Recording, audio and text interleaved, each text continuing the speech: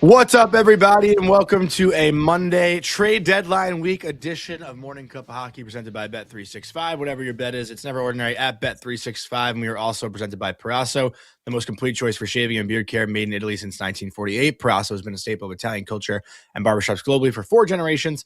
So get 15% off at Perasso-USA.com with our promo code Hockey15 in all caps.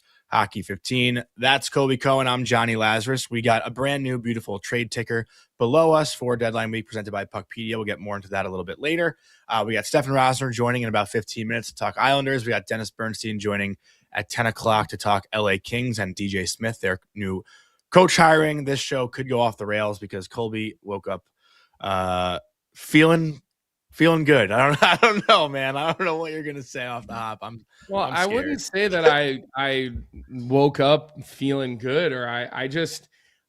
Your energy is like all over the place this morning. I couldn't believe watching you get attacked on social media this weekend over the dumbest thing. I mean, it's like you get to a point where you look at these things, and again, you can't take these people seriously with their stupidity. I mean, you put out a tweet that you're excited about a couple of women's hockey players. I didn't want to do this morning, by the way, just saying. But no, I'm just saying, like, you put out this tweet that says it's a pretty awesome video captured last night for Badger women's hockey of Caroline Harvey and Lila Edwards leaving the ice. 2 girls I hadn't heard of before the Olympics that I am now a big fan of. I mean, like, great little promotion for them being back at their, with their teams at Wisconsin. And we all watched them win a gold medal at the Olympics. And I'm with you, Jonny. I didn't know Layla Edwards or I think I maybe heard the name Caroline Harvey, but I couldn't have told you where she played college hockey or anything. And then just watching you get attacked on social media and then try to reason with these crazy fucking people, Jonny. -1 for me. Sorry, I swore. But just watching you try to reason with these people, I'm like, what is going on here? You're a college hockey analyst, aren't you? It's like, no. Jonny gets paid to call UMass games and games for Hockey East and do these. And Princeton.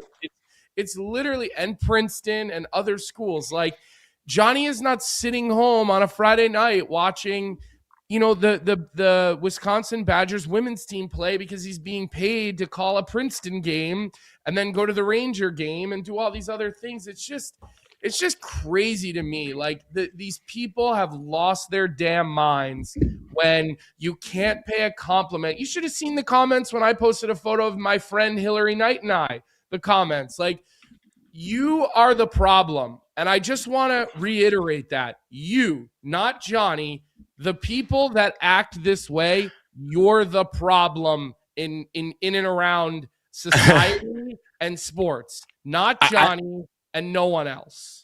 I don't think those people listen to our show, though. Like, I don't think we have people that are that are the angry ones on Twitter that listen to our show. I mean, for the most part, I don't. It's not our audience. Yeah. I don't think it's our audience. Our audience is great. And what I love about our audience is, like, a lot of people, they disagree with us and they keep coming back and they're okay with we have a great little community here, but listen, I can attack you, but I don't like when other people attack you. And it really pissed me off this weekend to watch these idiots with 0 brain cells attack you on social media for trying to support, for saying you're excited about girls that you never really knew of as players, and now you know them because you just watched them win a gold medal. I'm sure people's heads were twisted into a pretzel seeing them all on Saturday Night Live together. How could they stand arm in arm? Jack Hughes and Quinn Hughes hate the women's hockey players. How could they go up there and stand arm in arm? No, you idiots. It's not that. That's not reality. That's your little keyboard warrior, being morons. That's what that is. I thought all the interviews over the weekend, I mean, starting with Pat McAfee, that was incredible. Like, Jack Hughes, that was the best interview Jack Hughes has ever done on Pat McAfee. I thought he was incredible. Quinn Hughes, obviously, and Jack, did Saturday Night Live with Megan Keller and Hillary Knight. and Connor Story, and that monologue was great. It was great. It was great. It was Saturday Night Live, and they were part of the monologue. Like, again, seeing Jack do it though was pretty funny. Like, Jack was so clearly reading off a prompter. I've never been a Saturday Night Live person. It just never really was for me, but I still understand the magnitude of Saturday Night Live. Like, that's fucking awesome. Yeah. How cool is that for all of them, for all four of them to do that? That is a platform that hockey doesn't get. So that's tremendous to see them on Saturday Night Live. We got to give these guys some acting lessons, though. Like it was pretty funny. Like, it was good stuff. I think it was a 10 out of 10 just because of the messaging behind everything. But the actual reading and acting, Jack and Quinn were pretty funny. I loved watching it. I got to get. I think that's what makes it funny is that they're awkward. Yeah. And those two in particular, those guys, like Quinn Hughes does not want to be in front of a camera. You know? No, dude. Honestly, I think lately he has. He also did. Kenny and Chuck's show. I'm blanking on what it's called, like the Steam Room, I think. Charles Barkley, he was on their show recently too for I think it's Bleacher Report. I don't want to get it wrong. Good for him for getting out there and doing it when it's kind of out of his comfort zone, because we need him to. He's a star. Him and his brother are the new faces of American hockey. Them and the Tkachuk brothers, the four of them are the faces of hockey in the United States. So good for them for doing it, right? And well, let's talk about that too. Let's bring hockey into this, because I think maybe people might think it's too much, but Michael Russo, who obviously does an incredible job for The Athletic, spoke to Billy Guerin about everything going on with Quinn Hughes' schedule. And, Quinn was flying from Minnesota to New York. Like, Quinn played yesterday for the Wild after doing Saturday Night Live the night before. And I believe he flew back after the game last night, and he's doing Jimmy Fallon tonight. So here was the quote from Bill Guerin that Michael Russo tweeted the other day. I know it's worried him because he wants to continue to deliver for the Wild. We've talked about it, and I've encouraged him to do this. Just kind of soak it in.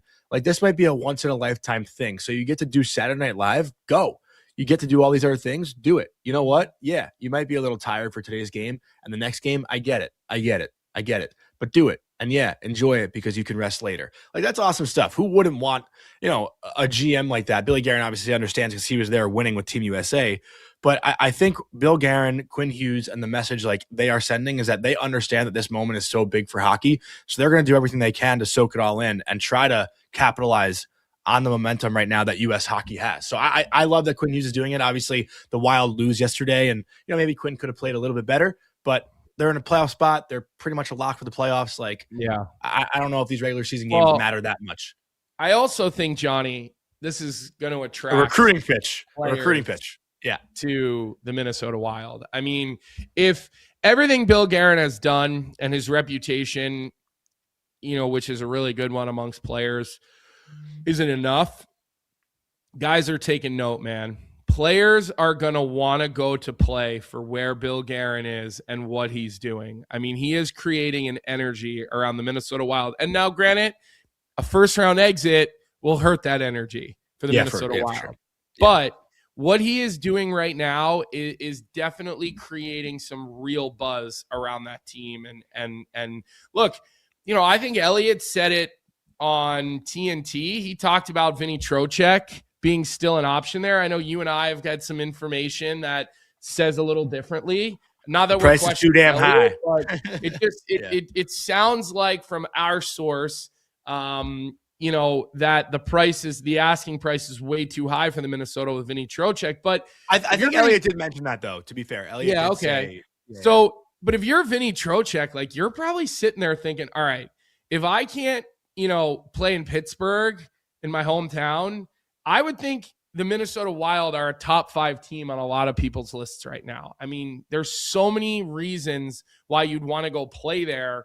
You can go play on a great team with a bunch of great players. You can open a side business and make a bunch of money. I mean, there's all sorts of things happening in Minnesota that make it really attractive to go live there right now. I know that one went right over your head, Jonny. I'm sure some people in the chat will appreciate that dig, but I do think that what Bill Guerin is creating and what Chris Kelleher and what John Hines and his staff, that is becoming a place that everybody really, really wants to go and play. And I don't know, I'm just monitoring the chat as we are talking right now. Well, D. Ely said, Colby, he said, as Quinn Hughes played in the playoffs. He played in the playoffs in the bubble for sure. And then, 2 years ago, Vancouver was in a Game 7 against the Oilers to go to the conference final. That was. And by the way, Adam, if you're asking if you were thrown out, we're seeing your chat. So I don't know why you're wondering about that, but you're not thrown out of anything. We're not throwing anybody out of here. So give Bill Guerin a lot of credit, man. He hits the right notes. And what I think will be the story here is can he go out and add that center? Like, this is, Minnesota team is a team that struggles in the dots. And when you have the players that can possess the puck, like they do, you need to win a lot of faceoffs, right? You need to like have the puck. You need to start with the puck. And so he's going to have to address the center position. And so I wonder if Vinny Trocheck's price tag is too high, Jonny. Who wouldn't? But and then let me just make one more comment about Trocheck's price tag being too high. Wouldn't you be willing to pay for a guy like him, overpay for a guy like him that you have cost certainty on that's going to be well below league value over the next 3 seasons? Like 5 point whatever for Vinny, that to me is worth an overpay because of the value of the contract. But I don't think the price tag itself is too high. I think the Rangers ask is too high because of what they just did with Artemi Panarin. How underwhelming that was. No, but I don't mean price tag like dollars and cents. I mean what the Rangers ask. Like, if you have to give up. Yeah, the Rangers ask is too high, I think. Right, but I'm saying, but wouldn't you be willing to overpay because the value you're getting on the other side of the contract? And you can always flip him if you need to with 3 more years. Yeah, sure, but that's what I'm saying. Like, okay, if you're sitting here getting a player that is giving you is going to play at an A level and fulfill an A level role, but he's only costing you C level, costs and giving you C level cost certainty. Yeah, third liners right now are making the money Trocheck's making. So in that regard, if you have to give up an extra prospect or an extra first round pick even to get him, wouldn't you be more willing to do that? Like, I want to know from the chat, what do you guys think? Like, would you be comfortable if you were the Minnesota Wild overpaying for Vinny Trocheck to the Rangers because you're going to underpay him and he's going to undercount or his value will be so much higher than his dollar sign within the lineup? And now I'm starting to see people chime in on this. So like, I'm curious, like Joe Albanese wants to see him go to Detroit. We have M. Johnson, Let's Go Red Wings is talking about some different players on here, defensemen. I have heard Detroit connected to him. And so, I don't know. Like I'm starting to read he's not a rental, Adam, because he's got multiple years left on his contract at $5.5 million or whatever it is that he makes exactly 5 point whatever. So I don't know. Like I think because he helps tip the scales in a series against, or at least even the scales up in a series against, you're gonna probably play Dallas in the first round, right? Or Colorado, I guess. I mean, for Minnesota, you're saying? Yeah. Well, Elliot also said he wanted to stay closer to the East Coast. Yeah, I heard him say that as well. Yeah. And he has some control, right? He has a small list or something like that. 16 teams, 16 team, no trade. Okay, so that's a decent sized list. He can rule out a good chunk of the West that he's not interested in going to, via that. Yeah, I mean, 12 team. Sorry, excuse me, 12 team no trade. 12 team no trade this year, then 10 next year, then 6 the following year, and 6 the last 2 years of his deal. And Colonel Ludlow is saying you should overpay for Robert Thomas. Yeah, I get that, but man, I would think if the Rangers' ask is big, I think Minnesota's ask would be for Robert Thomas would be monumental. What does Robert Thomas make though, Jonny? He makes a lot more money, doesn't he? Probably makes. I feel like he's in the 8s, but I'll double check right now while we're talking here. Robert Thomas. 8.1. He makes 8.125. So he's making $3 more million a year, which again for 4 more years after this too. Right. So I mean, but that gives you cost certainty as well. again, which is a good thing. So both of these guys are going to pay a lot of money. And D. Ely says he's coming home to rally. I mean, yeah, I could see that too. That seems like that would be the probably the right right fit for Vinny Trocheck to go back to Carolina. Mm-hmm. And yes, MYR Marine, my at-home setup does have 2 monitors. When I look to my left, I'm looking at the YouTube chat and I'm looking things up to talk about. And then this is my main screen. But we do have Stefen Rosner here. We're going to shift gears and talk about the New York Islanders. Honestly, after the start they've had, they now have won 3 straight games, 3 incredible comeback games too, comeback wins. Matthew Schaefer, 4 goals in those 3 games. We're going to talk about him a lot. But the Islanders are a team that I think we should watch for this week. Like, why not go and make a splash? Like, they are starting to look like a pretty legit threat in the Eastern Conference. So before we bring on Stefen Rosner, just want to remind everyone it's the most exciting time of the year on the hockey calendar. Teams are setting up their rosters for a playoff push, freeing up cap space and adding future assets. So join the DFO crew on Friday, this Friday, March 6th at 11 a.m. Eastern time for Daily Faceoff trade deadline special. And with the trade deadline week, we have leveled up with our new live ticker below, presented by Puckpedia, rolling at the bottom of your screen with real-time trade updates, cap hits, and breaking news as it happens. So keep your eyes down there while it's moving pretty fast. With that, let's bring on our friend, Stefen Rosner, who was obviously in UBS Arena last night for the Matthew Schaefer show. 20 goals on the year. I mean, what else can we say? Like, I'm running out of things to say about this kid.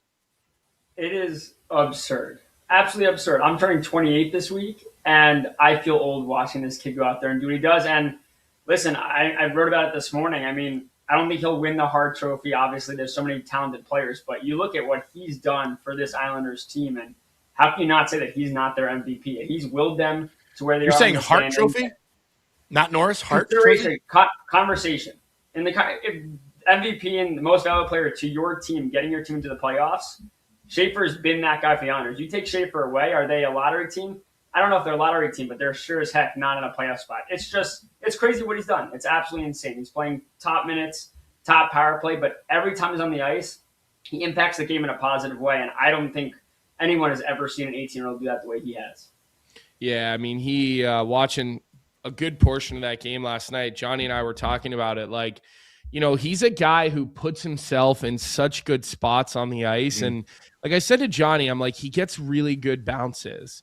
And then you kind of go back and you look, and they're bounces that he's earning, right? They're bounces that he's just putting himself in situations where, where he's going to get those bounces. I mean, both of those goals yesterday were double deflect, hit multiple bodies before they go in, but he's not afraid to shoot the puck, first of all. He finds holes to get pucks through, which a lot of players in the National Hockey League, especially young defensemen, struggle with in the early stages of their career because guys, at the NHL level are generally so committed to blocking shots, right? So,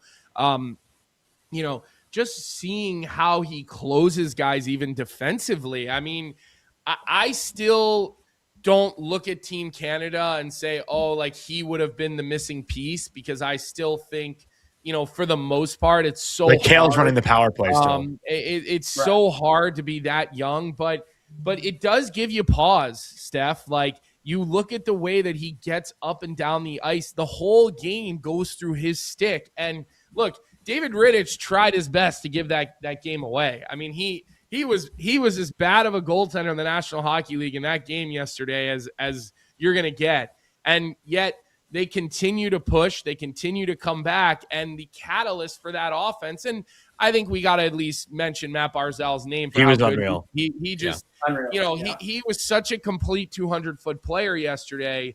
He was, but Schaefer just is always in the spot, and Nicole in our chat is saying hell of a player, but those were some lucky goals last night. Look, I agree. He got great bounces, Nicole, but like, how many times can we say that about a guy before we're like, maybe there's something to it, right? It's like the goal scorer that gets a lot of backdoor tap-ins. Like, they go to the right area to put themselves in situations to, score those types of goals. So it's tremendous and remarkable to watch, Steph. Yeah, and you mentioned it. He's getting so much better at finding those shooting lanes and getting shots through. Early on, he was getting the shots through, but now it's his decision-making. Like you said, he's getting fortunate bounces, but he's putting himself in position to have success. And he's just changed the way the Islanders are able to win hockey games. Go back to Lou, but Lou wants to win those 1-0, 2-1 games defensive first. It got them to back-to-back semifinals, but they couldn't get over the hump because of the offense. And Patrick Roy wanted to play a transition-style game, breakouts, things like that. Lou didn't want to do that. Obviously, we had, they separated this summer. We got Matthew Darch in here who wants to play the Patrick Roy way. But you need to have a blue liner who can transition the puck using his feet, using his IQ, stretch passes, just skating up. And they have the guy to do that. So he's the engine that lets the Islanders play that way. Yes, they need to be better on their breakouts. They're towards the bottom of the league in that, but they're one of the best teams off the rush. And Schaefer's been a huge part.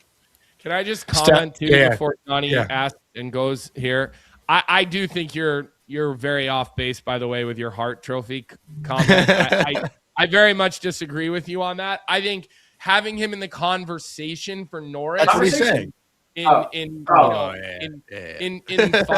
we were gonna look at 5 guys for the Norris, like I think you have to have him in the conversation for that. And if his team gets to the playoffs, obviously, similarly to like the conversation about Celebrini and Hart, it's like his team. If San Jose is able to get to the playoffs, I think Celebrini has to really be in the conversation for the Hart Trophy, like for the league MVP for sure. And I'd say if the Islanders do get to the playoffs, which all indications, as long as Sorokin plays most of the games, they will get to the playoffs this year. And maybe they're going to add here. Who knows? But that's my opinion. I did just want to comment on that, Jonny. I know you had something to say. I agree with you that he's not going to win the Hart. I just think he's got to be – if you're putting Celebrini in that conversation, he wills San Jose to the playoffs. Just in the conversation. I'm not saying he's top 1, top 2, top 3, but what he's done this year is kind of, okay, like, again, not going to win the Hart, but I think you got to look at it as that's how much of a difference he's made to this franchise and where they were last year. He'll get Norris votes, and he'll get Norris votes. He will, and they're deserved too, by the way. I mean, he deserves what he'll get for sure. Colby, I don't think, though, like Steph's reasoning for what he said and like having Matthew Schaefer in the Hart conversation, like I don't think that's off base. Like, will he win the Hart Trophy? Definitely not. No. But I don't think it's crazy. Like you're going to hear everyone saying that. I think going forward. Yeah, I agree. That's how important he's been their best skater all year. Right. He has. Yeah. He has. I just think I don't know if it's not necessarily a realistic thing that's going to happen. But it's worth a conversation. Yeah, I mean it's more that there's other players that are just better. It's not like it's something he did wrong. It's similar to like he didn't play himself. Nobody played themselves off Team Canada or Team USA like we heard the GM said. Like other guys just played themselves on, and it's a similar but not the same thing. All right, go ahead, Jonny. I know you got other topics you want to get into. Well, I mean, I was just gonna say like, with Schaefer now and what he's done, and obviously with how good Barzal is playing, how good Sorokin's been all year, and we've talked about the Islanders and their deadline approach pretty much the entire season, and how, to me, like no matter what happens, this is already a successful year. You have Matthew Schaefer scoring 20 goals this year in his rookie season. Yeah, the year's a success for where the Islanders' goals were prior. But Steph, I know you've mentioned Jordan Kyrou. Obviously, he's a name that's going to come up all week. Like, I think it's foolish now if Matthew Darch stands pat and doesn't do anything. Like, you have to capitalize on the momentum that this team has. They've won 5 straight games and now 3-0 since returning from the break. I mean, I feel like he has to reward them. Yeah, and again, it takes 2 to tango. Darch said he wants to reward this group. That's why he got Palat and Soucy a couple of weeks ago to stabilize this lineup, allow for same lines going forward. They've run the same lines pretty much since the break. Since they came back from break. But yeah, I think he's going to try. I know he's inquired about Kyrou and Thomas. I think Kyrou is the guy that fits what the Islanders need right now. I think Thomas is the all-around better player, but the Islanders need a goal scorer. And you don't score 30 goals 3 straight years. I know this year has been a down year, but you don't do that by accident. That would be the guy to get. It's going to cost, but you got to give to get. I think Kashan Aitchison and the Islanders picked 17th overall, someone the Blues would really like. I heard the Blues also really like getting Nelson. I'm sure they'd have to be picked as well. And money going back the other way, but that's the guy. And I don't think Darch is going to overpay to get that guy, but if he's going to make a trade, I think it's going to be a big one. And we'll have to wait and see. I mean, there's other guys as well. You look at, maybe McCann on Seattle, or maybe you talk to the Canucks and see what's going on with Besser. Owen Tippett's someone that I think would be really good with Barzal and Horvat. I'm not sure about his availability, but you need to go get a legitimate guy that can play with Horvat and Barzal. Palat's done his job in terms of defensively, but you need someone that can skate with those two, I think, to have a legitimate number one line. That's something that held the Islanders back in those back-to-back Eastern Conference Finals, is having a true top line. And I think you add Kyrou to that group, that is a very dominant three to lead your team offensively. Yeah. One quick stat poll, Colby. Oh, sorry, you can continue. Then I want to read the stat, but you go. Yeah, go ahead, Jonny. Go ahead. No, I was just gonna say too. I have two stats to kind of provide here, but the last team that made the playoffs after drafting first overall the previous summer was the 2017-18 Devils after picking Nico Hischier. So the Islanders would be the first team to make the playoffs, obviously since then. And we had a comment in our chat from Tuddy T about, this is going back to the Schaefer thing, the last, or where did D-men finish in Hart Trophy voting? When was the last time a defenseman won it? And that was 2000, Chris Pronger. Chris Pronger was the last defenseman to win the Hart in 2000. So just kind of providing some stats there. And Colby, I'll give it back to you. I was just going to say, I think the Owen Tippett thing could be kind of interesting because, again, I think Tippett makes about $6 million. So you have him kind of cost controlled. He's probably somewhere down the middle there. And, he's got 20 goals last year, 28 goals the year before. He's on pace this year for, he's probably a 25 guy this year. So, you're going to get probably anywhere from 20 to 30 goals from him at that cap hit. I think that could be interesting. The speed that he plays with, I think that's an important thing, is that you got to be able to play with real pace to play with Matt Barzal, because Barzal obviously plays at a high pace, especially when he's playing the way he's playing right now. Mm-hmm. So I think you add a little bit more team speed. Obviously, you have that with Schaefer. I think one of the big issues the Islanders have faced over the last couple of years has been overall team speed, right? They've looked a little bit and a step or two behind. So I think that's an interesting name. I think the Flyers, for the right deal, would move on from Owen Tippett, but I think they probably look at him in the same situation of he gets us 20-plus goals a year since he's come here. He's at 27, 28, 20. Like I said, this year, he's got 19 goals in 59 games. He's probably a guy who gets you another 5 to 7 goals, so he ends up in that 25 to 30 range again. For $6 million, that's probably a pretty good a pretty good number now based on where the cap is and what expectations are going to be for players. Now you put him with a really good center, maybe he gets you to 35, right? So we'll have to ask this week. We'll obviously be having different insider types come on the show this week. We'll have to ask them about that because I think that structurally would make sense. And I kind of wonder maybe that's something that could be in the works. Maybe we're just putting it out into the universe, but it makes sense at least to me.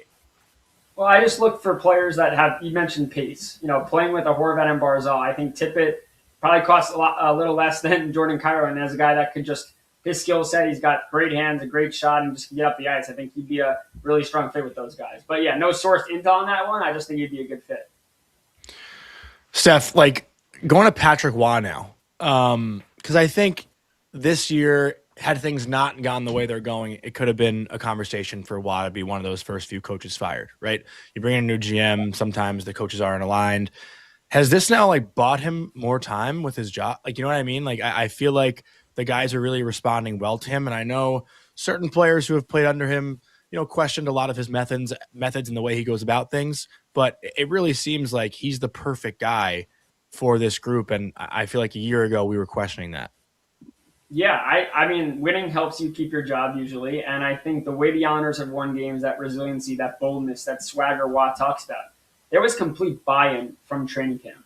Patrick Waugh, I asked him why that was kind of his message. And he said he went back, watched games from last year, really thought about the way he was coaching this team this summer and came with a different mindset, a different attitude. And everyone has bought in. Schaefer's really helped with that. I think his youthful energy and the attention and just the positivity around the franchise has gone to all the players. See a lot of guys that maybe looked their age a little more over the last couple of years, like Colby mentioned, being slow. They're moving fast. Lee's flying up the ice. Other guys are flying, right? I think they feel good. But yeah, Patrick Waugh's been preaching the same thing, and this group has responded well. They've won games. I think they need to be a little more consistent. They have to work on things. Breakouts have to be better. Power play has to be better. But they're tied for second in points in the Metropolitan Division. I don't think anyone would ring them in for that, let alone making the playoffs.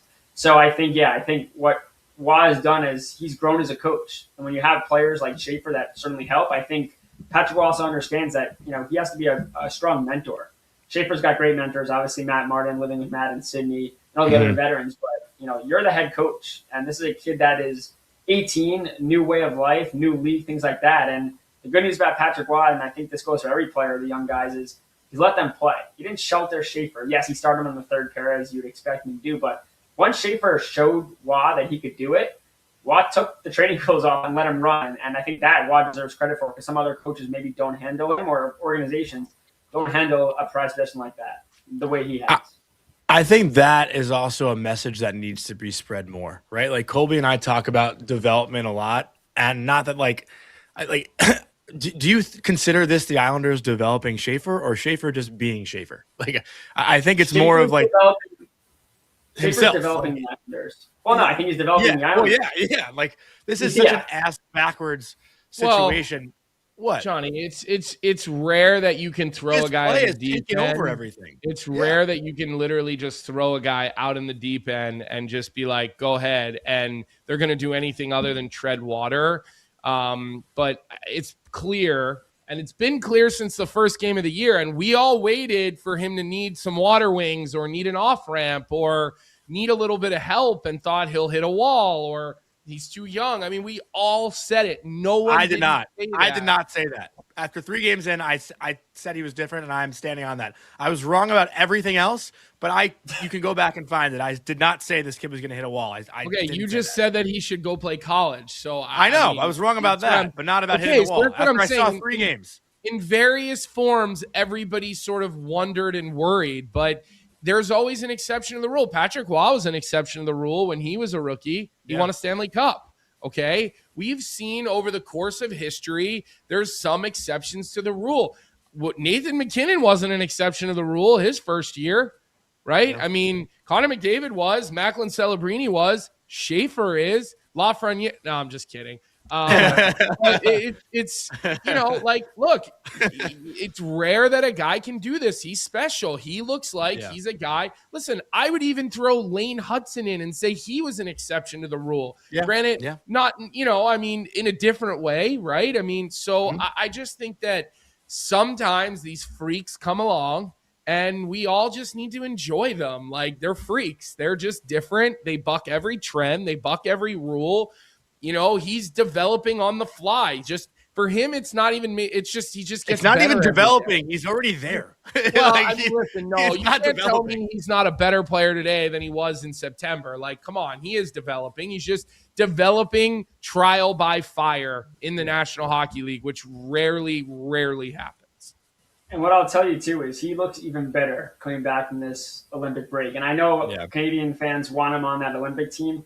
I think having the weeks off that he had was so good for him that he just looks like he went and watched film. You talk about shooting decisions and IQ, and he looks fresh. And again, he's 18, he's always fresh. But we started this with not knowing what to say to describe this player anymore. And it's crazy because we don't know what this kid's ceiling is, because we've never seen anything like this. And that's the cool part is how good is he going to be? Because listen, he's going to be in his prime for 12, 13 years.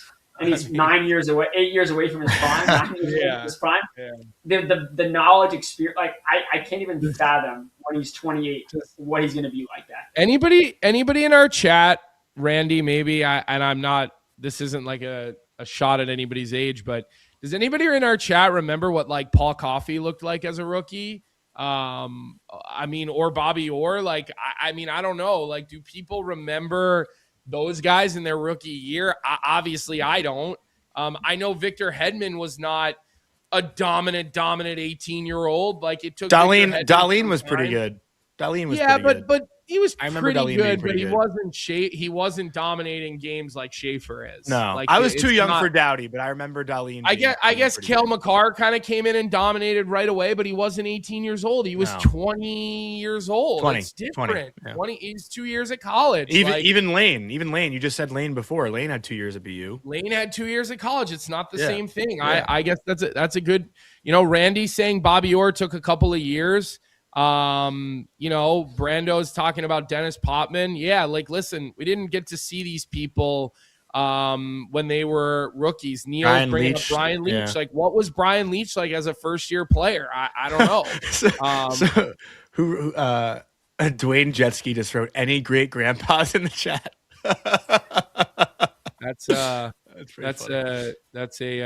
a funny commercial. The the one with Jennifer Coolidge, where she's like, Dwayne Jetski in the Hall of Fame or whatever. Yeah. You know that commercial I'm talking about? Yeah. Kind of annoying, but also funny. Ariel's comment's interesting though. Like, does anyone think Schaefer is a one-off? I don't. I'm just curious because we've seen this before with the Islanders. Matt Barzal had a fucking sick rookie year, 85 points, and he's obviously been. I say he's an elite NHL player. Colby still has not come around to that. But he's been a really good NHL player. But that rookie year was obviously further above what we've seen now for however many years it's been. I agree with Ariel. I don't see this being the case. It's hard to see this being the case with Schaefer right now with everything. Steph, I'm assuming you agree. It's not even close. Yeah. That's, not even a conversation. Knock on wood, I guess. But this kid has shown he's getting better and better and better. And if he's a one-off, that's a serious problem. I think that's more of an organizational issue than a Schaefer problem. But no, this guy's going to be in the Norris Trophy conversation probably every year of his career. I don't want to put too many high standards on this kid, but he the way he talks to, he said pressure is a privilege. That was day one of training camp. He's built different. This is not going to be a one-off. This guy's going to be, he's a generational player. He'll probably go down as one of the greatest Islanders of all time at this point. He's already climbing quickly up the ranks in goals by a defenseman in franchise history. Yeah, this kid's an absolute stud, and he's going to be a stud for the next 15, 20 years.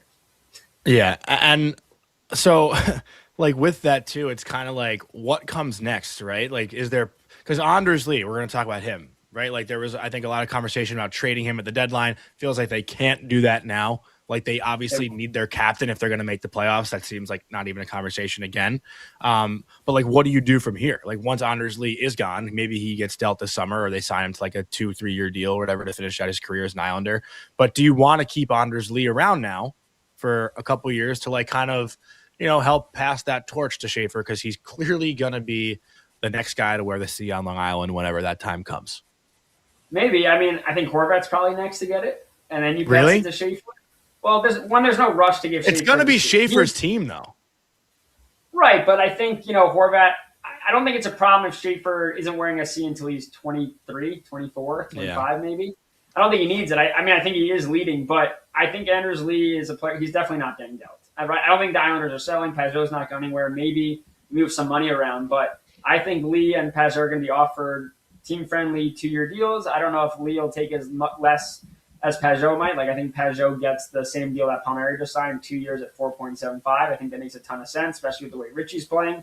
We'll see about Lee, but these are conversations for after the season. They're not going anywhere right now. Anders Lee told me that his goal from day one of camp was help the Islanders be in a position to buy at the deadline.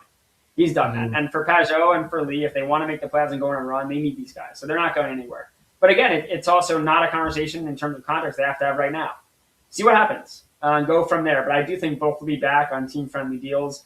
The Islanders will have cap space to allow them to do other things. I don't think it's going to get in the way of them going and getting a top guy this summer or another top 6 talent. But yeah, Darch wants to make the playoffs. He wants to get Schaefer that experience for sure as a positive. But it would be huge for this team to get in the playoffs going run. And I mentioned it too, is for Darch, because of what Schaefer has done and how the team's played, you probably should try and go win a cup with this core over the length of the DLC. And why not? He's going to be part of the next core. Why not go for it now? You have the cap space. I agree. Well, and you have a goaltender who's really back in form. I mean, we've seen this guy be one of the best few in the National Hockey League. And we've seen him have some off years, you know what I mean? Which, hey, look, it happens. It's part of it. But I tell you, like watching them last night, they just kept coming back. They kept coming back. You just had this feeling, even when Reinhart scores that goal late in the game, like the game's not over, and again, Rittich was dreadfully bad. Yeah, he was bad. The amount of goals he should have stopped last night, and Bob wasn't great either, by the way. No. I don't blame him for the Reinhart goal. I think that was a goal scorer's shot. He waits through the screen. He leans. He waits, and then he just pinpoints it to when the goaltender looks around the screen the wrong way. And then look, Anders Lee does a great job of taking advantage of a really poor read by Ekblad and Forsling. Yeah. Ekblad starts surfing across, and then Forsling really probably should have held his ice, and they probably should have kind of killed that play around the blue line, but instead Forsling bails out. And Lee, who is not a guy who's beating a lot of other players with speed. That's not really his game anymore. It's more power. He is able to beat Ekblad with speed and makes a great move. And the Isles deserve that game more. They did. They deserved that game. They were hungrier. Granted, they were coming from behind early in the game, but that was due to shit goaltending, not poor play, in my opinion, Steph. Yeah, and I do want to credit Rittich a little bit here because I know the goals are bad. However, in the third period, he really shook it off. I mean, he made some big saves early in that period. He made some big saves that allowed them to win. Again, not a great game at all. And I asked Patrick Robb at a post-game, and he goes, that's probably not his best, but he dialed. And in the big moments, he made saves. So I do want to credit Rittich for shaking off what was a really bad 2 periods to help them win. Yes, they were in a hole because of his play, but he did play a part in them finding a way to get the win in a critical 2 points. But yeah, having Sorokin the way he's playing, when you have a goalie playing that way, a dynamic defenseman, Schaefer and Barzal and Horvat, and Barzal has been fantastic, Horvat's been fantastic. Now's the time, right? Go make a move if you can with Kyrou, and just find a way to give this core the chance, because in a couple of years, you're going to have to move on to a different core, and you hope that maybe you'll raise the cup by then. Yeah, and Ariel's saying too, it was a back-to-back, and they came back again from down to Columbus the night before, right? Were they down 2? 3 straight games, they've gone down 2-0 and won all 3. Yeah, crazy. Johnny, I'm going to ask you this question before I ask Steph this question. Okay. Do you look at the Islanders as a real contender to win a Stanley Cup right now? No, but if they make 1 or 2 tweaks, maybe. Like who would those tweaks be? They need some more scorers. They need scorers. So who are the names that they need to add? Yeah, like if they brought in like a Kyrou, then maybe. Yeah, like if they brought in, I don't think this is going to happen, but it's a name off the top of my head. A Stamkos, maybe. Like they need help on their power play. Right. You know, they're not going anywhere with their power play. You think Rittich ready to be the second line center? Is he really ready for that on a playoff run, Steph? I mean, I'm not watching him every night like you are. For a playoff run team, no at this point, but there's still time. I mean, he's only been the number 2 center for a couple of games now. He's looked really good, but if you're going to be a number 2 center, you got to bring more offense. And I think he's playing with Heineman and Drouin and Heineman and Duclair.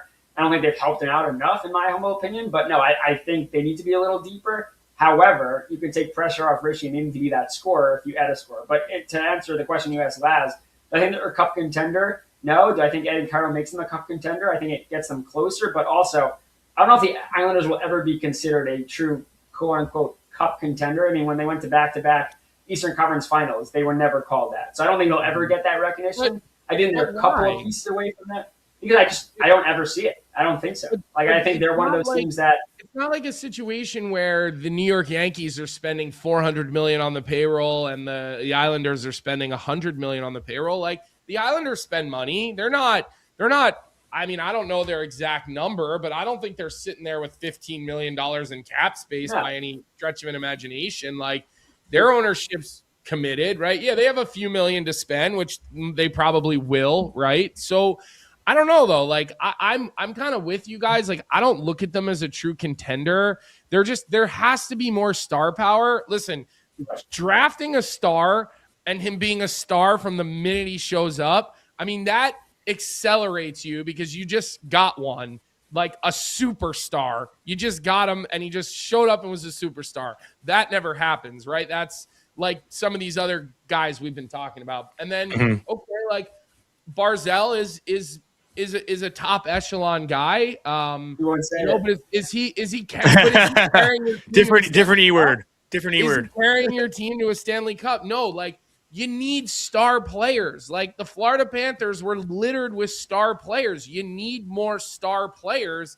So like you're gonna have to go land some big names. Like Horvat is up there, but I think Horvat's in the same category similarly to Barzal. Like, but so you need more of those guys. You really do, in my opinion, to be a true contender for a cup. Can I add one thing quick too, Steph? Just if I can, like. I don't think the Islanders, again, like I said, the power play is probably the thing that needs the biggest fix, right? Because they're not better at 5-on-5 than Tampa, and they're not better at 5-on-5 than Carolina. So if you're not going to be better at 5-on-5, and if you're not going to be better on the power play than the two teams that are the best in the East right now, it's hard to be considered a contender. But they do have the goaltending with Sorokin, and you know Vasilevsky can always go neck and neck with Sorokin. But we don't know what we're going to see in Bussy in the playoffs. So I do think if they find one or two weapons up front, then yeah, that they're maybe in there. But it's just in all areas of the game, I don't think they're on the same level as Tampa or Carolina. And that's why and also true. You can win a cup without being a cup contender. And a true cup contender. But no, they have holes. Their power play,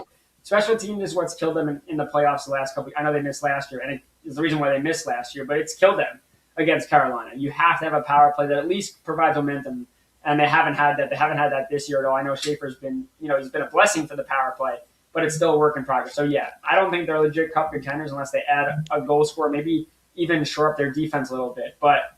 They're on the right track, and it's going to happen a lot faster than people would have expected. I mean, let's say the timeline when they first got Schaefer was 5-6 years before he was, really truly that guy, things like that. Now it's, okay, he's that guy now.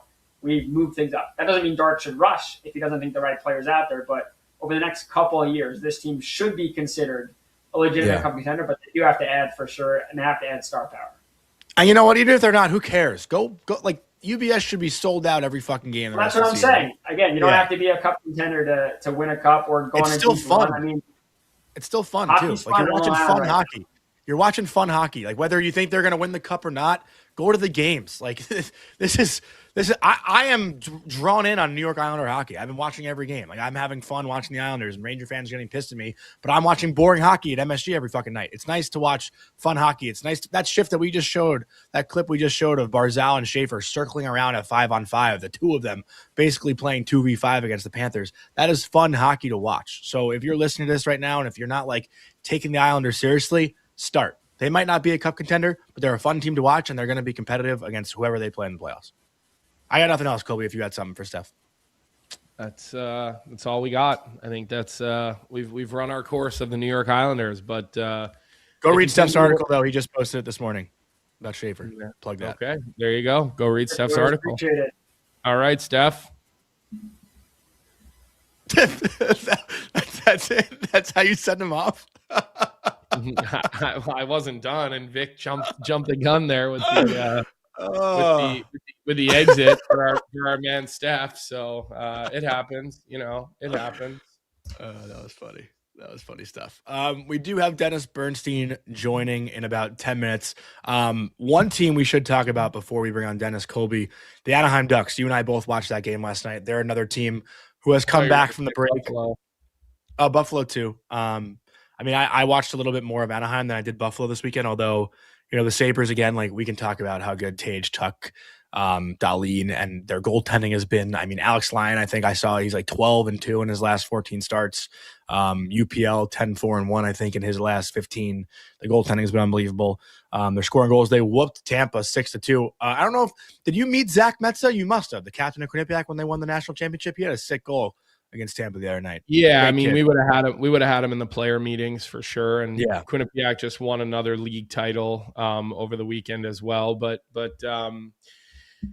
I do want to talk about Anaheim a little bit. And I don't know if people caught that interview that Lanny McDonald did talking about Joel Quenneville. And, Quenneville just was his 1,000th game and 1,000th win. 1,000th win, I think. What did I say? 1,000th game. Oh, okay. Sorry. Yeah. So that interview with Lanny McDonald, again, I don't know if anybody saw that. You would have had to kind of be tuned in pretty late.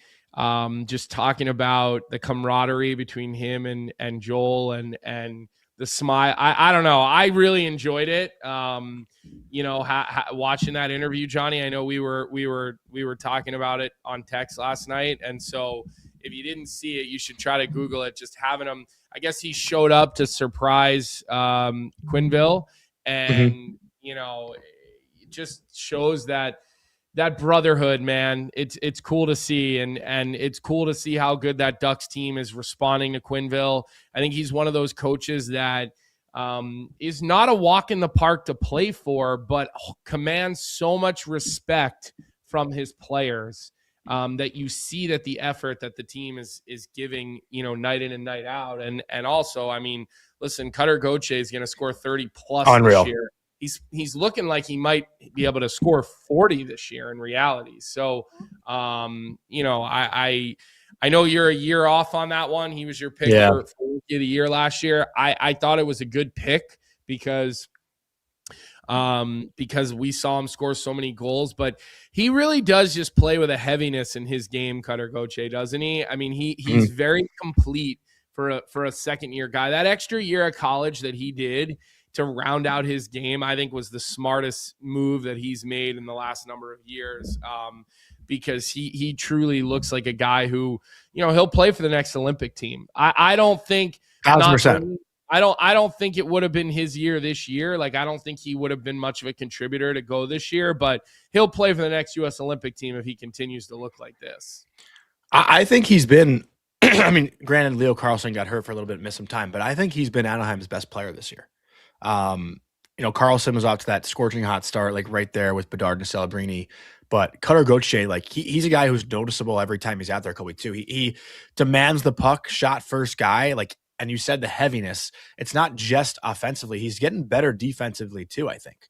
I don't think Cutter cheats the game. Where, a couple of years ago, Colby, I feel like we were kind of talking about him maybe cheating the game, but those habits seem to be out of his game a little bit. Like, he's even said it almost like unapologetically himself in interviews. Like, he talked about it in college, how he can get away with, cheating the game at times, but how you don't do that in the NHL. And now you're seeing like a way more complete player in Gauthier. And again, like if you're staying up late to watch games, like everyone wants to stay up and watch McDavid. You want to stay up and watch McKinnon and all these superstars, but Cutter Gauthier is becoming, one of those guys. Like he's just a blast to watch. That was his second goal tonight. His first goal was a weird bounce, but he's a legit threat. And 28 goals. I don't know if you said the total, but he's got 28 this year. I said he was on his way to 30, and I thought he could get 40.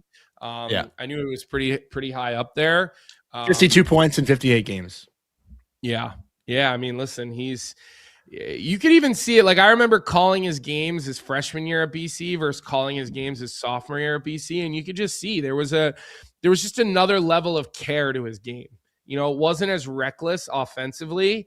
It's funny. I love the comment John Cooper had during the Olympics. He was talking about Macklin Celebrini, and he was talking about how Macklin took all the risk out of his game, like during the first game of the Olympics. And the really good players play with a certain level of risk. They play with a certain level of arrogance because you almost need to make some of these more high risk plays. And so I think when you look at a guy like Cutter, I think he's really found that balance of risk reward in his game. And I think you have to. I mean, listen, I remember talking to Patrick Kane about playing for Joel Quenneville as a young guy. Like, there's no sense or situation, sense isn't the right word, but there's no situation or reality when you play for Joel Quenneville, no matter who you are, where there's not accountability. I think that's one of the great things with Quenneville. Like, he will hold any player accountable, no matter who you are, what you've done, and who what you've won. And so you have to have that sort of balance in your game in order to be really successful with Quenneville and to earn his trust. And again, I go back to that second year of college that Cutter did, where Greg Brown sort of worked through that stuff with him. And obviously you can take more chances in college than you can in the National Hockey League. But there's just a really, I'd say, a thoroughness. Is that a word? Thoroughness? I don't know. I think so.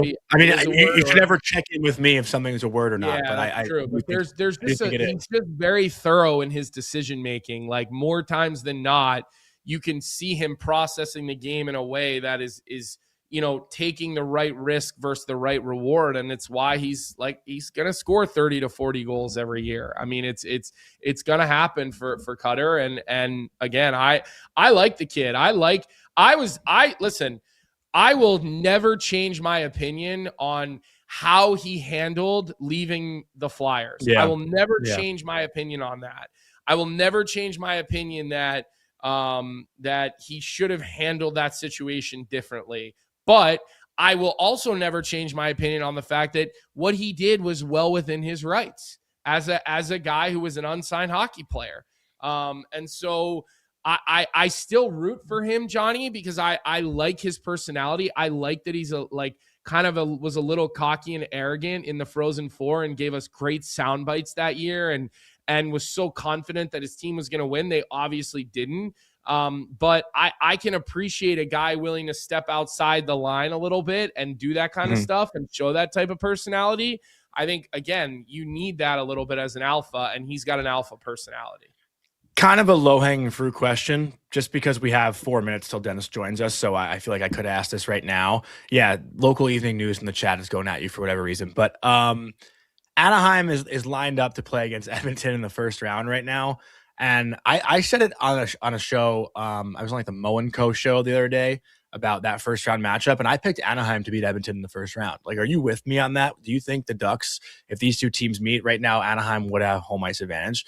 Would you take the Ducks over the Oilers in a first round series right now? I would.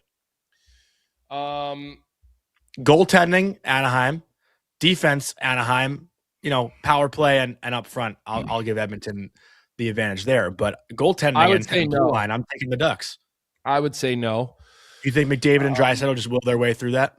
I think there's something to be said with teams learning how to win by losing. I don't think this Anaheim Quenneville team.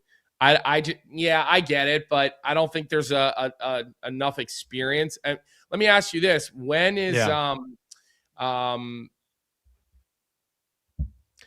on, I'm just trying to pull up Edmonton's lineup chart here on dailyfaceoff.com. And I'm having a hard time getting the website to load. There we go.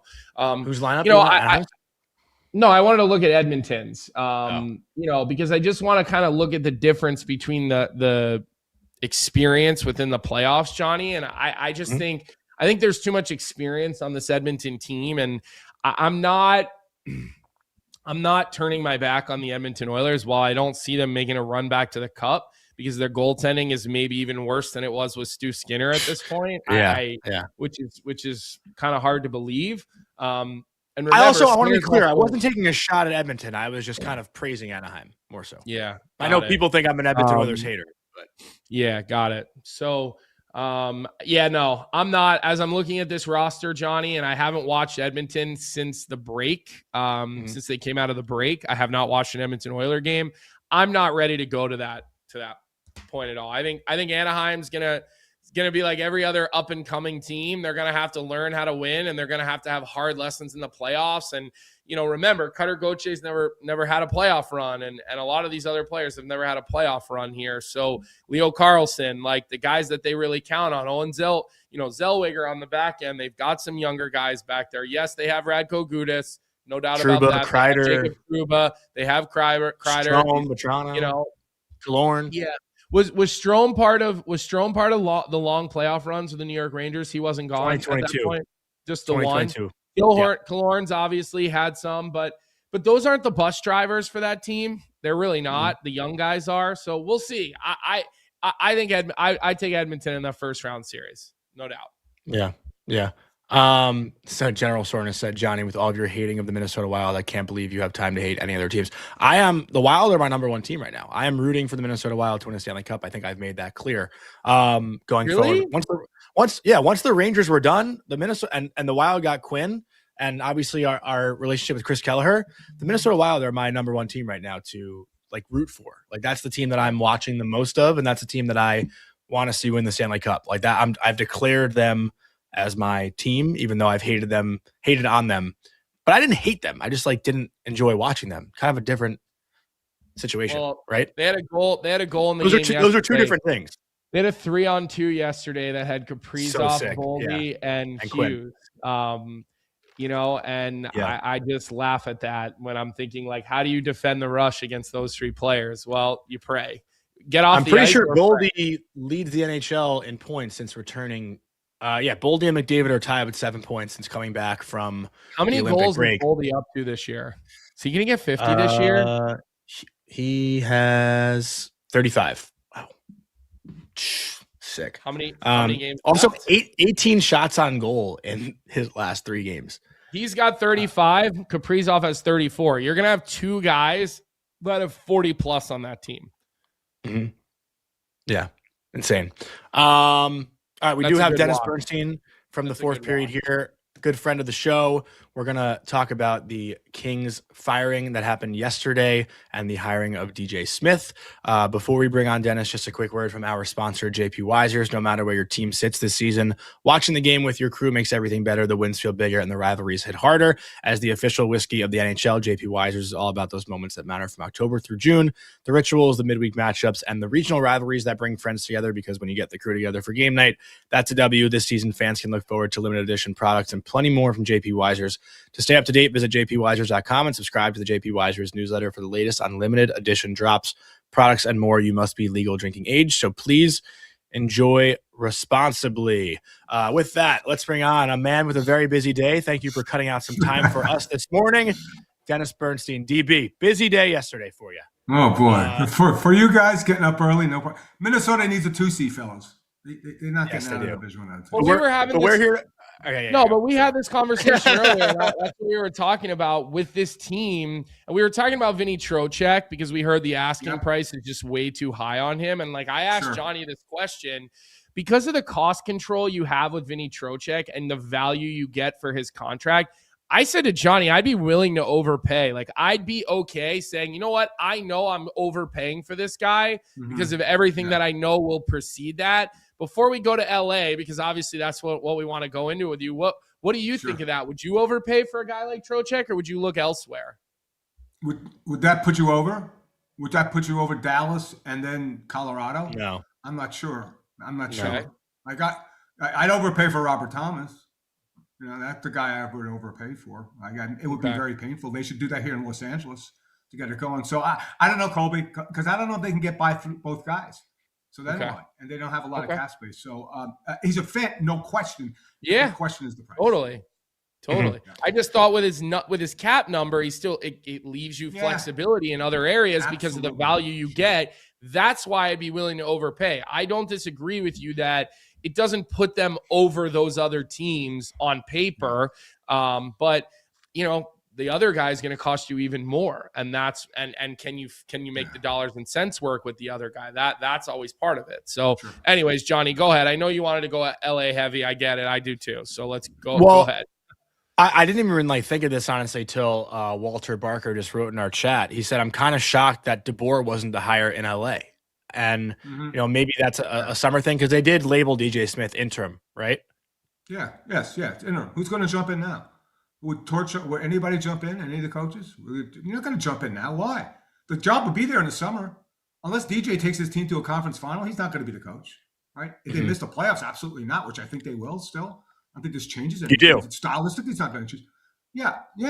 Nothing's going to change, Jonny. What's going to change? There's no practice. Here's his welcoming gift, DJ Smith. Hey, you get to play Colorado tonight. Welcome to LA.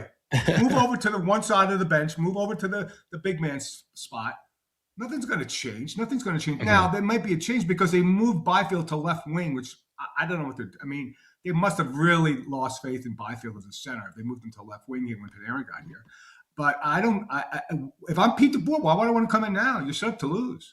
I wait till the offseason, see what moves are made. And I don't even know if they're going to hire DeBoer in the offseason because it depends what moves can he make. Because, look, let's be real. What propped up this team this year? The division. If they were in the Atlantic, they'd be in last place. So I get why they made the move the way they moved. And, it's an interim tag. I don't think any coach that's legit is going to come in as an interim guy. It's just not going to happen. So fans are going to have to be patient. It's already March. It'll happen in May or whenever. So I don't see it. But the math still works for this team. You're putting up the standings. They're 3 points out of a playoff spot, right? And Vegas lost again.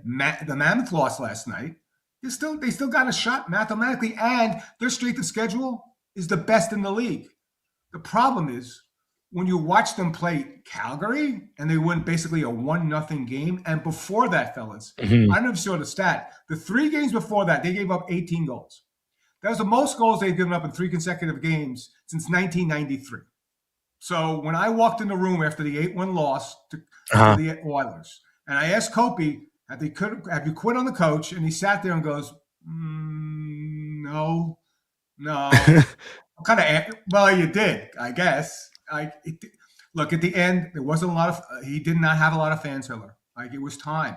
And I talked to Kenny, and talked to Kenny on and off the record. What had to happen for Jim Hill to get fired? The bottom had to fall out.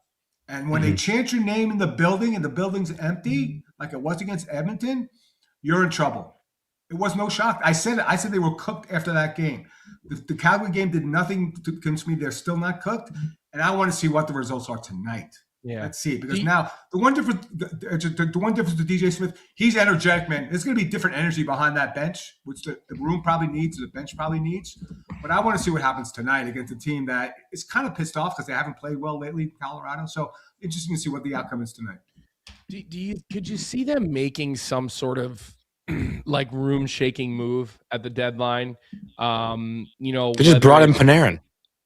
Yeah, but I'm talking like moving a guy out. Like, would they dangle Byfield out there? Would they potentially look to do something like that to try to shake it up? Or you think it's probably a situation where they're, going to hang around the fringe and see if maybe there's some depth additions? Or what are your expectations with the trade deadline, Dennis?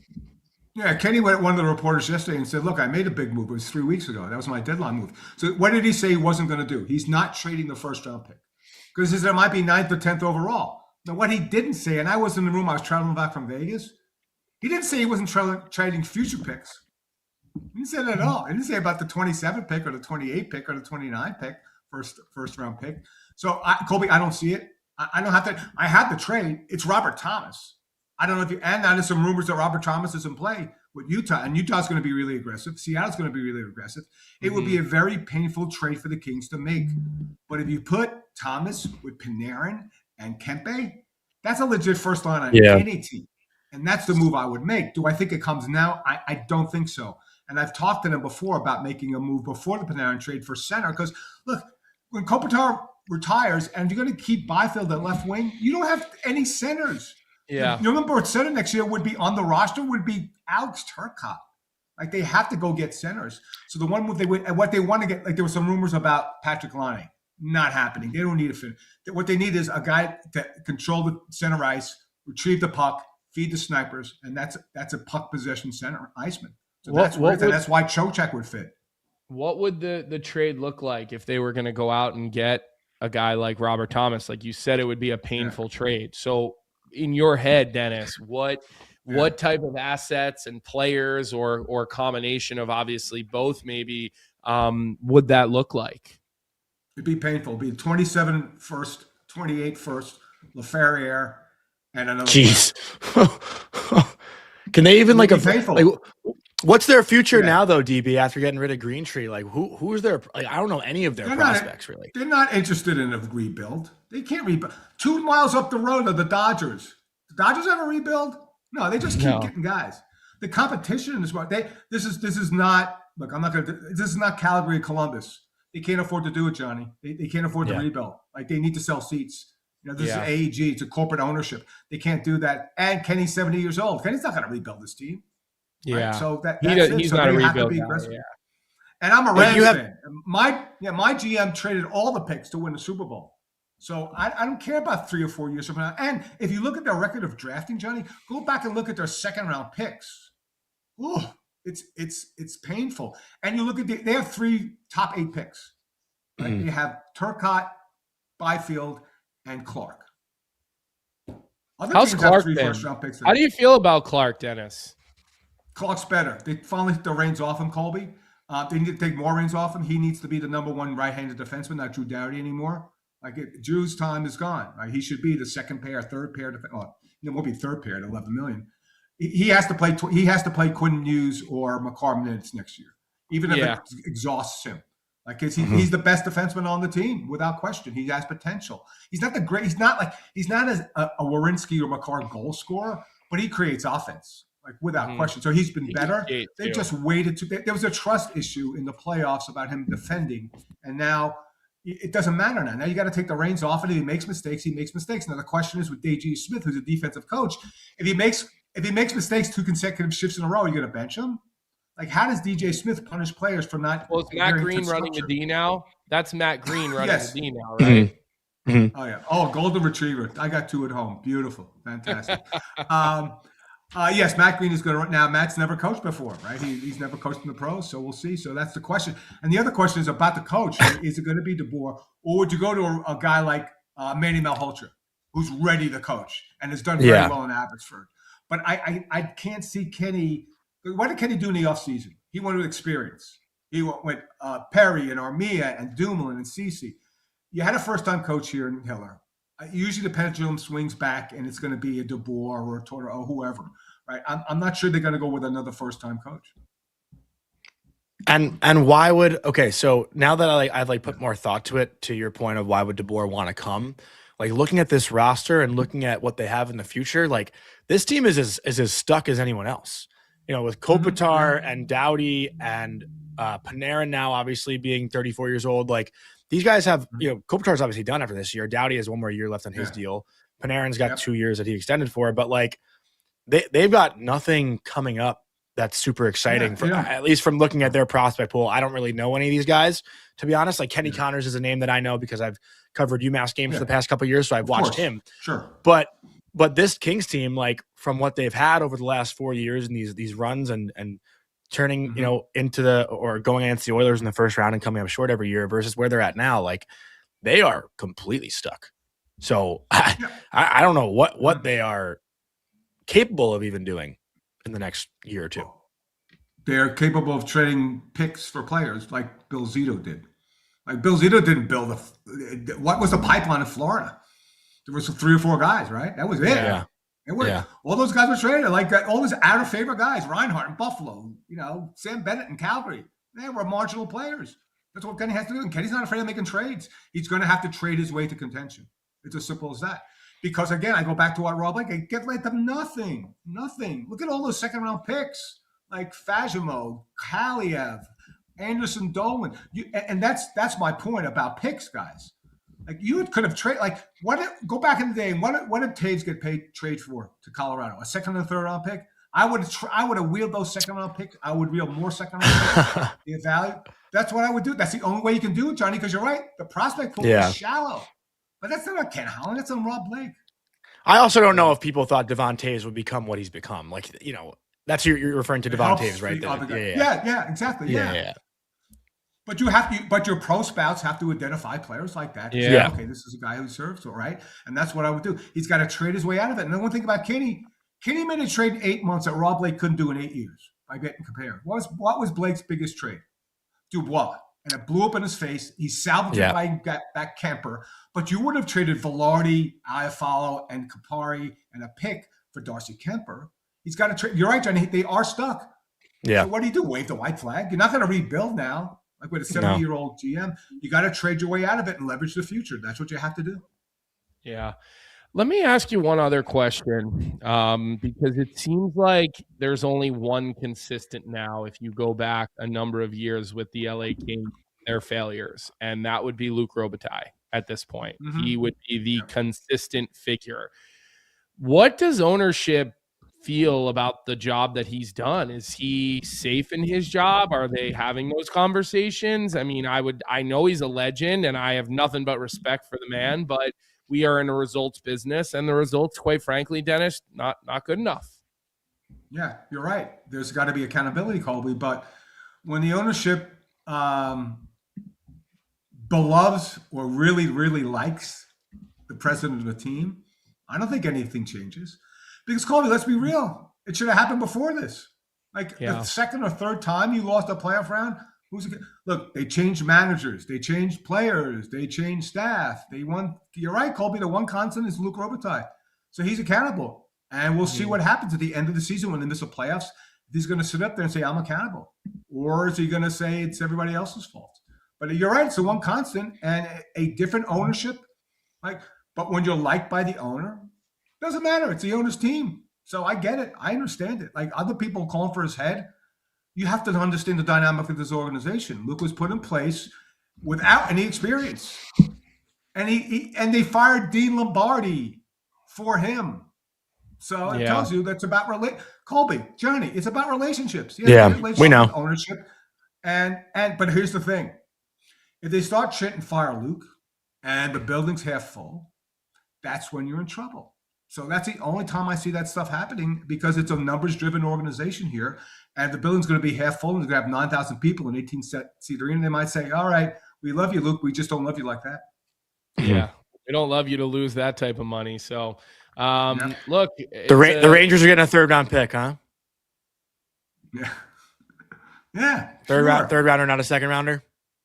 Yeah. Right, that was the condition, Colby. If the Kings win a round, it turns into a 2nd rounder. But don't see that happening. Yeah, probably don't see that probably happening. Probably not. No, I think they're cooked. I want to see tonight, like, because they had 6 home games in a row coming out of the break, and they were optimistic with Panarin coming in, but then Fiala got hurt, which really Panarin would have amplified this team. But without the puck possession guy, the drive guy that was Fiala just didn't happen. So no, I don't see it happening. And then they got to go on the road to come to New York. I'll see you guys in New York. You're coming? So, it's a long shot. Yeah, I'm doing the whole trip. Nice. I'm doing New York, New Jersey, and the island. So I just don't see it. They would have to play 625 hocky to get there, and they haven't done that all season. Fiala is an engine type of player. It's a huge loss. It's and Kuzmenko's done now. He had meniscus surgery. So he's done too. Wow. Yeah, that's top 9 forwards. So, well, Dennis, the LA Kings seem to be a talking point right now, and for all the wrong reasons, unfortunately. We hope you enjoy your trip. I know you're busy. I saw your Twitter. You're on you got 91 show requests today. So we are so grateful that you took some early time in your day to join us and talk a little LA Kings, which we probably don't do enough here, but we hope the rest of your day goes well. I know you're probably going to be repeating yourself over and over and over and over again today, but just turn on the radio, the TV, the internet. You'll see Dennis talking about the LA Kings today. Thanks, Dennis. You're the best. Thanks, TB. It's great being on Morning Cuppa. Thanks, boys. Cheers. All right. Love you. See you in New York. Awesome stuff. 10:20 already, Colby, this morning. I feel like we've kind of done a lot of things. We got 6 games tonight to get into. Any other topics you want to discuss before we go into our Bet365 bet of the night? Sweet all good? For my Terriers this weekend. Too little, too late, but against did they beat BC this weekend? I didn't see any college over the weekend. They swept BC. Wow. Yeah, good for them. Big Mike, if you're a Devils fan, you like seeing Yegorov the way he played. He looks like he's getting back into form. So they're going to need to win Hockey East though if they want to get into the tournament, right? There's no chance. That ship sailed. Yeah, for sure. Okay. That ship sailed. So. All right, we do got some divisional matchup. Well, not a ton of divisional matchups, but not the best slate of games. Red Wings, Preds, Blue Jackets, Rangers, Flyers, Leafs, Stars, Canucks, Hurricanes, Kraken, Avs, Kings. So not the best slate of hockey to watch tonight, but we got 6 games. Tonight's Bet365, bet of the night, whatever your bet is, it's never ordinary at Bet365. Down the app and get in on the game. You must be 19 or older. We're going to go with the Flyers in the money line against the Toronto Maple Leafs. The Leafs 0-3 since coming back from the break. They're home tonight. Flyers on the road. Simply put, no faith in the Leafs. Think their season's over, so we'll take the Flyers at plus money. Anything else to get to, Colby, before we wrap up today's show? Obviously a busy week with the deadline. Maybe some more news comes out today. Not sure what we'll do for tomorrow's show yet, but we should have some guests that we'll try to get locked in throughout the day. So love you all. Thanks for listening. Thanks to our producer, Vic. Thanks to everyone in the chat. And unless you have a final word, I'll wrap it here. Thanks to Stefen Rosner and Dennis Bernstein, and we'll see you all tomorrow at 9 a.m. What's up, everybody? Thanks for tuning in to Morning Cup of Hockey here on the Daily Faceoff YouTube channel. If you enjoyed the show, make sure to hit that like button, subscribe, and turn on notifications so you never miss an episode. And don't forget, we've got more great hockey content every day. You can catch DFO live at noon and stick around for the Sheet with Jeff Marek at 1 p.m. right here on Daily Faceoff. Until then, keep your coffee hot and your takes hotter.